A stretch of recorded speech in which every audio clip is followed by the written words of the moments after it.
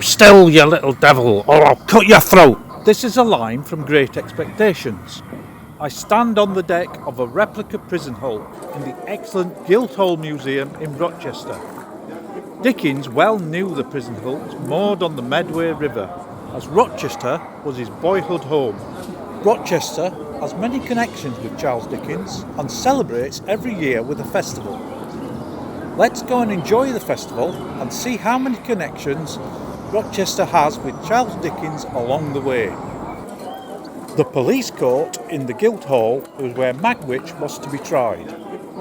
"Do you remain here, sir?" inquired Nathaniel Winkle of the stranger. "Here? Not I, but you'd better.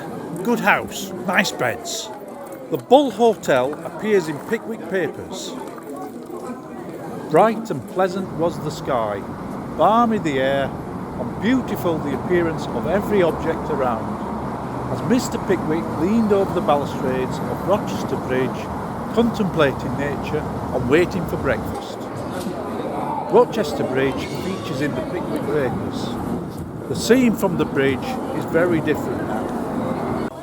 Before we continue on our quest, standing outside this bookshop reminds me, I've found several offers on Amazon for Dickens books. Making videos is hard work, and by using the links in the description, you will help support me to make more videos like this. Thank you. Now on with the adventure.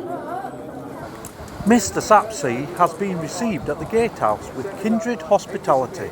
The Gatehouse features in The Mystery of Edwin Drood, an old-fashioned but visually pleasing Elizabethan townhouse of timber beams dating from around 1590. Through the gate we find the cathedral, which also features in The Mystery of Edwin Drood. Changes of the glorious light from moving boughs, songs of birds, scents from gardens, woods and fields. The current building dates from the Norman era. Charles would have preferred to be buried in Rochester.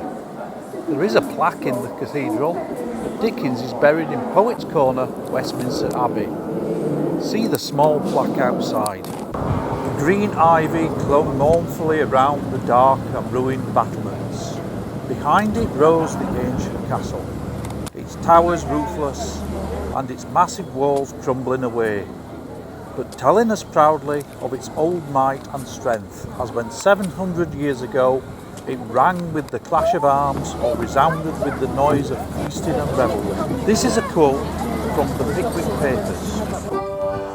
It's the tallest Norman keep in England, ordered by the Archbishop of Canterbury in 1127. There are many car parks in Rochester, but get there early on festival days. There are toilets near Jasper's Gatehouse and in the Visitors Centre. Now up the High Street amongst the Dickensian characters. It was in the ancient little city of Rochester in Kent, of all the good days in the year, upon a Christmas Eve, that I stood reading this inscription over the quaint old door in question. The Six Poor Travellers Almshouse is the location for a Dickens short story, Seven Poor Travellers.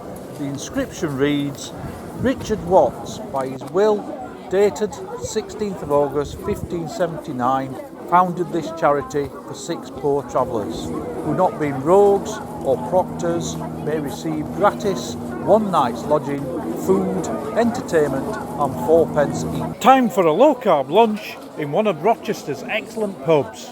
Beef, gammon, lamb and chicken. You get peas, grilled tomato, onion rings. You can have it with chips, baked potato, or the option I always go for, the mixed salad. It's a low-carb option and it's very satisfying. Only objection to it is there isn't really enough fat. Lunch over just in time for the parade. I joined him before we seek the next Dickens collection.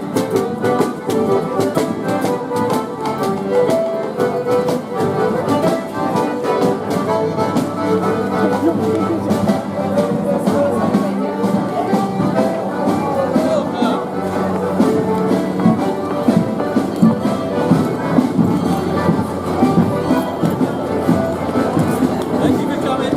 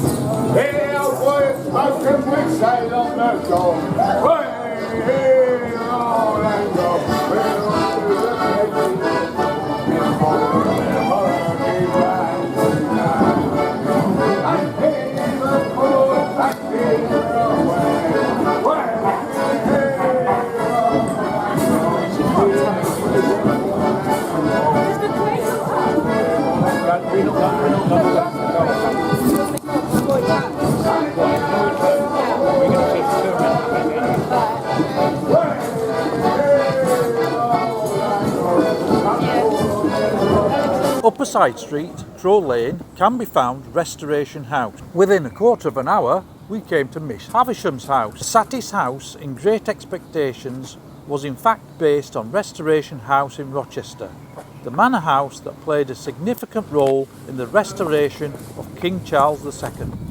In the midst of Cloisterham stands Nuns House, a venerable brick edifice, whose present appellation is doubtless derived from the legend of its conventional use. Eastgate House, a Grade 1 listed 16th and 17th century townhouse, is one of the most impressive and distinctive buildings on Rochester's historic High Street. It appears in The Mystery of Edwin Drood. The final connection is just around the corner. The Swiss chalet Eastgate House Gardens was transported here from Gad's Hill Place, Dickens' home situated a few miles northwest of Rochester. In this chalet he wrote many of his most famous books. Sadly, he died before finishing his final book, The Mystery of Edwin Drood. The museum has an exhibition where you can learn more.